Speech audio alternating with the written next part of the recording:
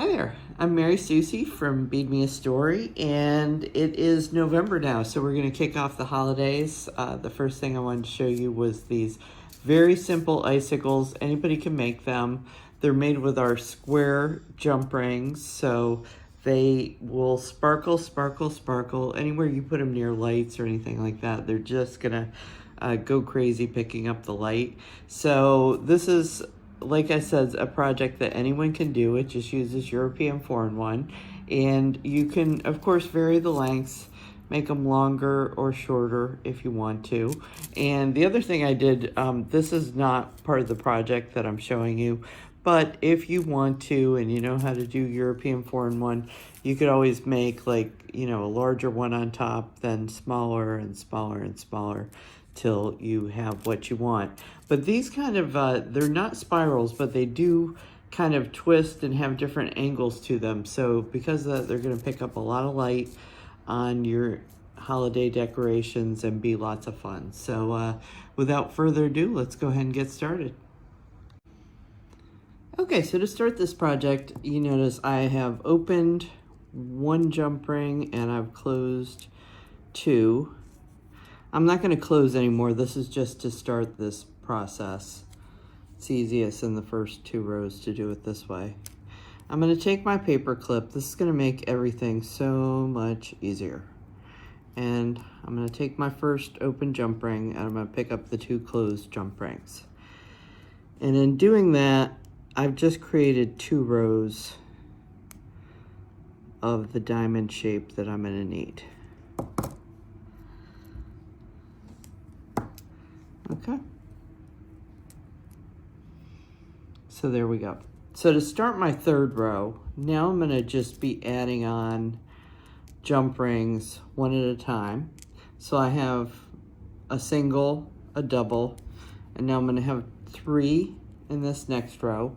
So the way that I like to do this is I'm going to do the center first, and the center ring is going to go through both of these jump rings that are here, these two closed rings that I had.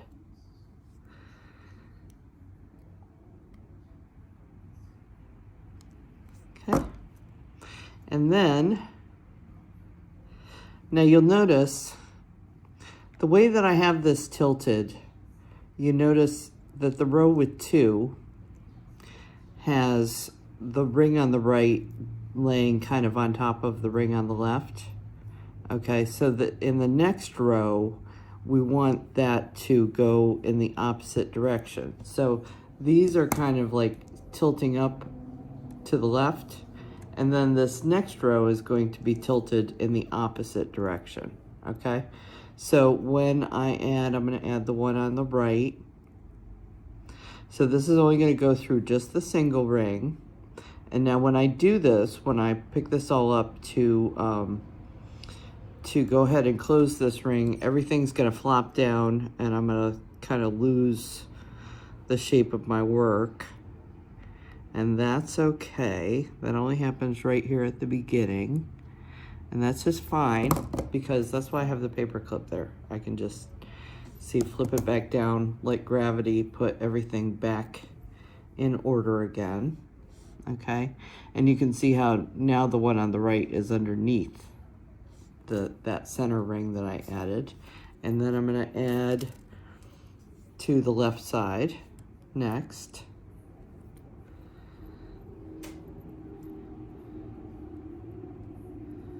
Okay, and again, just let gravity help you get those rings laying back down properly again. Oops. I just have no hands today. Here we go. Okay, see that? So I just let gravity pull them back down.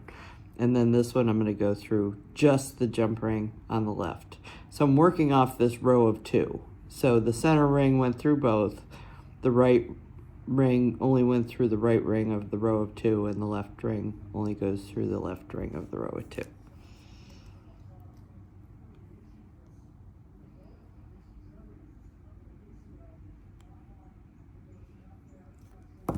Okay. And now I have my row of three complete.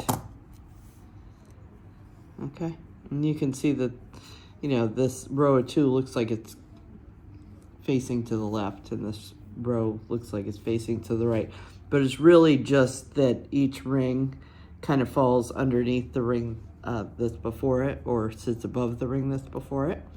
Okay, so our next row is going to be a row of 4. Now, since this is a row of 4, the first 2 rings, these middle rings, one of them is going to attach through these 2 rings here, and the next one's going to attach through these 2 rings here, okay? And I don't really care which order you do them in. The work will probably all fall down again.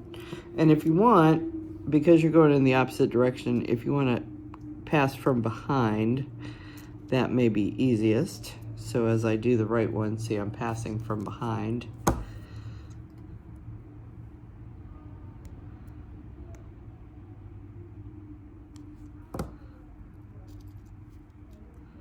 Okay. And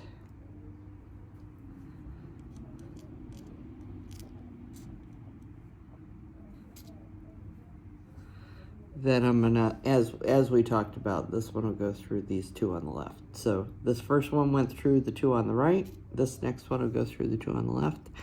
And I'm gonna pass up through them from behind it. And you notice my rings are flopping down again, but that's okay. We got that paper clip on there. So that is gonna mean that all I have to do is dangle this downwards to get everything back in order again, okay? And so now we need these next 2, and this one on the right is just gonna go through the right-hand jump ring of the row of 3, and the one on the left is just gonna go through the left-hand jump ring from the row of 3. Okay, and I am coming from behind on the right, but this one is laying on the top of that row.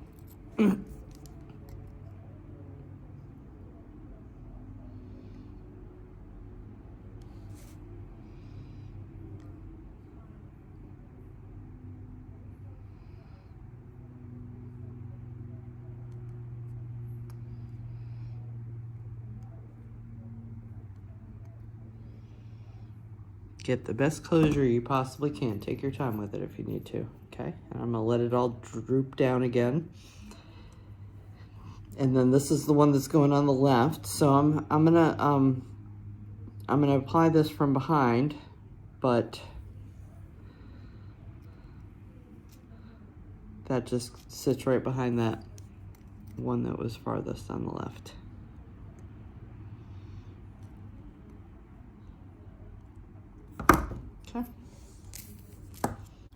Okay, so now that I have a row of 4, the next rows I'm going to be decreasing.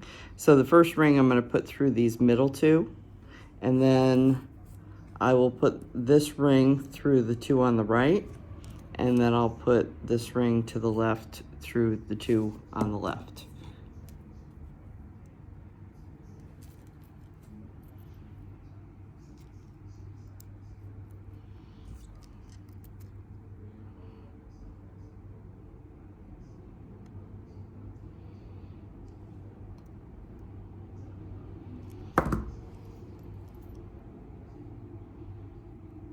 Okay, so now I can see this is starting that next row, and I'm still working with the rows from the row of 4 rings. So sliding this through those 2 on the right.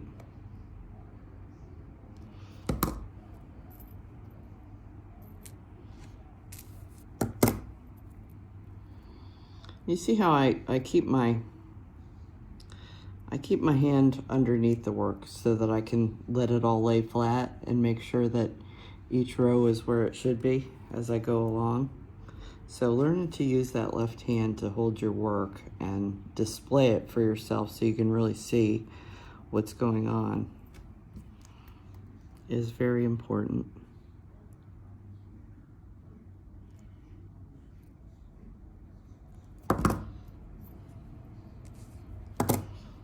Okay. And now you can see we went down to 3. Okay, so the next row will be 2, and then the final row will be just 1 ring. So when I do the 2, again, I'm going to be coming up from behind the rings. So the first one's going to go through these first 2, and the second jump ring I apply is going to go through the 2 that are on the left.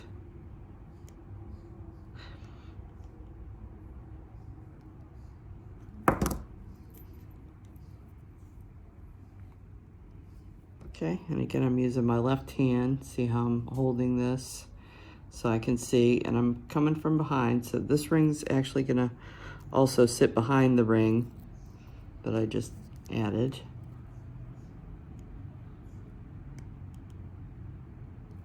Okay, and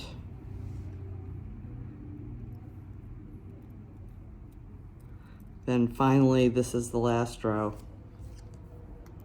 of my diamond.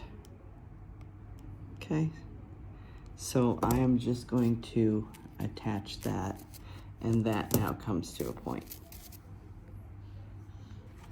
Okay, so when I designed this, I wanted to make sure that as we went along, it kind of turned opposite of itself, and we're just going to continue to work off of what is already here. So we're going to do all of the exact same steps.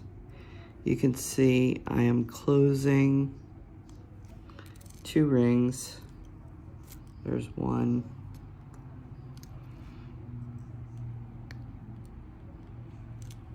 And 2. Sorry, my surface is moving around on me. Okay, let me just open a couple more. I didn't pre-open this time, but that's okay. You rarely get to see me open jump rings on screen, so this is a good beginner project to see me do it. Okay, so this next ring is going to be the start of my next diamond, okay? So as you see here, so I'm going to flip this over so this looks the same. Oh, actually, it doesn't look the same. Okay, so it doesn't really matter which direction you chose to go in, but you can see that these are all facing the same direction as this diamond here. And then when we go up into this next diamond, if you look at these 2, see how they're tilted over to the right? Whereas the first 2 down here were tilted over to the left. So because we're starting a new one with a single jump ring, that's going to kind of force this to go in the opposite direction, which is great, because when you hold this up, it doesn't spiral, but it's going to twist just a little bit. It's going to catch light in different ways. It still just goes straight down, and it's lovely, but this helps to actually change the direction from diamond to diamond. Okay, so just like before, I start with 1 open ring, and I closed 2 rings, and that gets me through my first and second row. So while we're utilizing that diamond, that first diamond, we're just, working off of that work, and this new diamond really has all of its own rings, so it's going to have 16 rings just like the first one did. Okay, and then just like before, my next row is going to have 3 rings. So the first jump ring I use is going to pass through both of these jump rings, and then the next one, see, I'm coming from behind in this row, is going to just go through the right ring,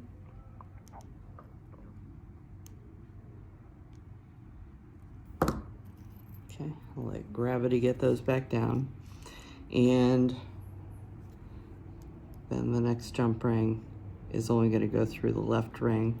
I'm coming from behind. That one's going to sit behind. The one on the right sat in front of the middle one. This one's going to sit behind it. Okay, let me lay that down for you. Okay, so you can see that we're just continuing on exactly the same. So you just keep following those steps that we followed in our first diamond. I'm going to go up to 4, and then I'm going to start coming down 3, 2, 1 again. And basically, in order to finish this project, you want to do at least 4 of these. You can do more. You know, it all depends on your